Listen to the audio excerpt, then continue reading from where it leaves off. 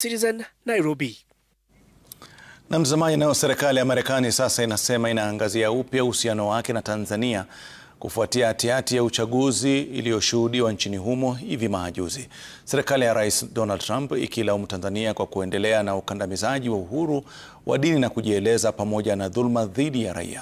Haya yanajiri huku polisi nchini Tanzania wakitoa onyo dhidi ya maandamano yaliyopangiwa Disemba tarehe 9. Ben Kirui na taarifa zaidi. Taarifa ya hivi punde kutoka Washington imeiweka Tanzania kwenye njia panda.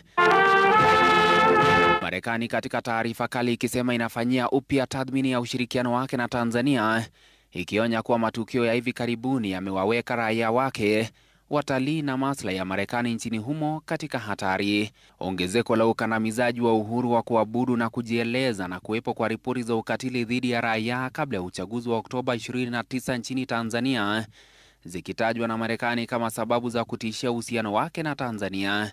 Ni mvutano wa kidiplomasia unaojiri siku moja tu baada ya Rais Samia Suluhu kufokea baadhi ya mataifa ya kigeni kwa kuingilia kati maslahi ya ndani ya Tanzania. Hawana hata aibu. Nje huko wanakaa, Tanzania ifanye moja, ifanye mbili, ifanye tatu, halafu ndiyo itakuwa hivi. Who are you? Chuma moto cha mataifa ya kigeni haijakomea hapo. Bunge la Ulaya wakati huo huo limepitisha azimio la Umoja wa Ulaya EU kusitisha ufadhili kwa Tanzania baada ya ghasia za uchaguzi kusababisha mauaji ya raia na uharibifu wa mali. Wakati huo huo, jeshi la polisi la Tanzania limetoa onyo kali dhidi ya maandamano yaliyopangiwa Disemba tarehe 9. Ni uhalifu mkubwa unaoendelea kuhamasishwa. Hali kama hii kwa nchi yoyote ile duniani ni tishio kubwa la maisha ya watu, uchumi wa nchi na masuala yote ya kijamii.